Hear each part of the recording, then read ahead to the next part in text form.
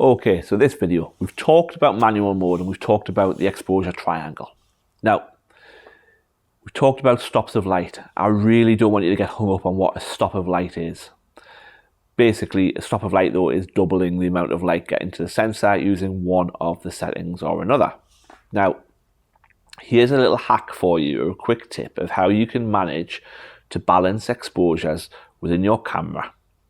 As we said when we talked about the exposure triangle, you can achieve the same level of brightness in an image by speeding up the shutter speed, but simultaneously widening the aperture value to let the same amount of light hit the sensor, but prioritizing the way that it hits the sensor to either control depth of field, movement blur, etc.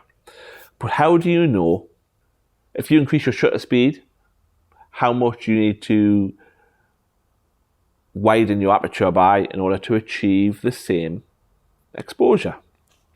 Now that's stops, so you've got one stop in shutter speed, you come down one stop in aperture, for example. So stops are not easy to understand, they can be difficult to memorize. There's a simple hack. Within your camera, you will be able to select what is called EV steps, exposure steps. And basically, it refers to how much the setting changes when you turn the dial. Usually, it's settable to half or 1/3. That is half a stop or 1/3 of a stop.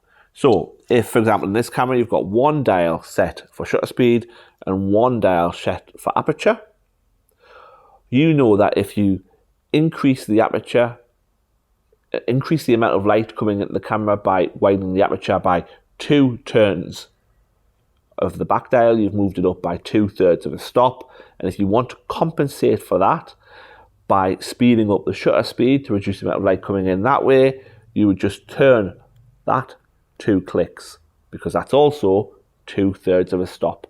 So just count the clicks if you want to balance the exposure out.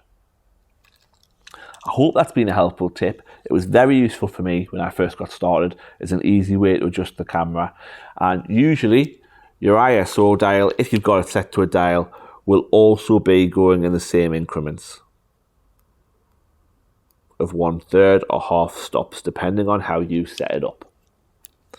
But it's definitely worth a deep dive into your menus to find out what your EV step value is and changing it to 1/3, I would suggest, to give you more control. Hope that was a useful tip.